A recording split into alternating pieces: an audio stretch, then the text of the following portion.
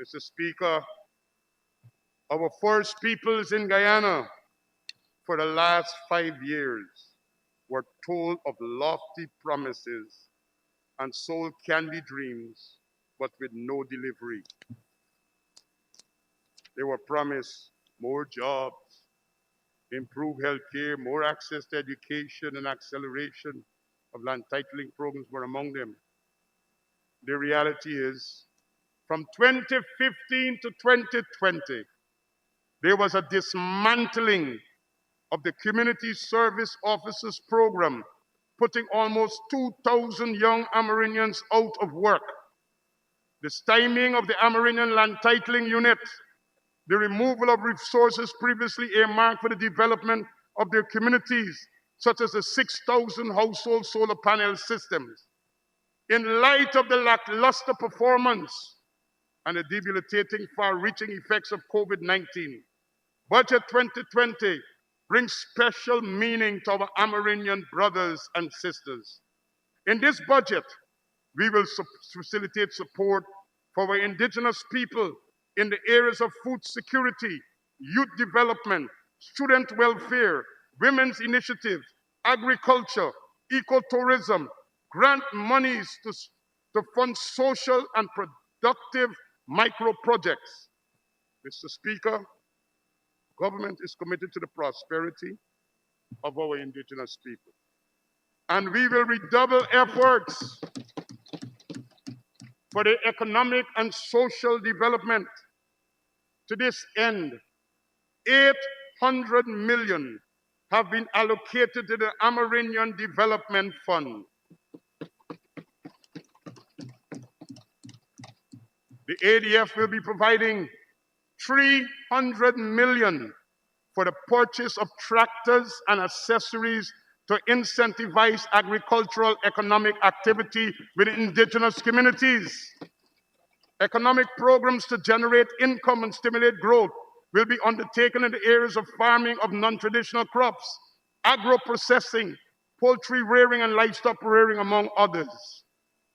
Further, to support the effective governance function of the National Tushau Council as a key gesture of respect for our indigenous people, we have committed to the commencing the design of a new head office of the council with an initial allocation of $10 million.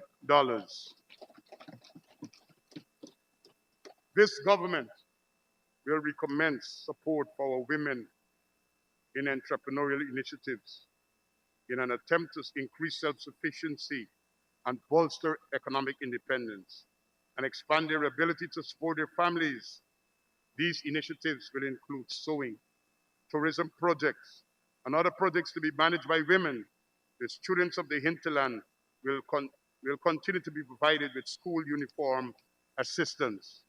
Mr. Speaker, the ICT Hub program will also be reintroduced to 26 Amerindian communities, which will prepare and equip them accordingly with the required equipment to allow these villages to be connected for leisure, learning, and for work.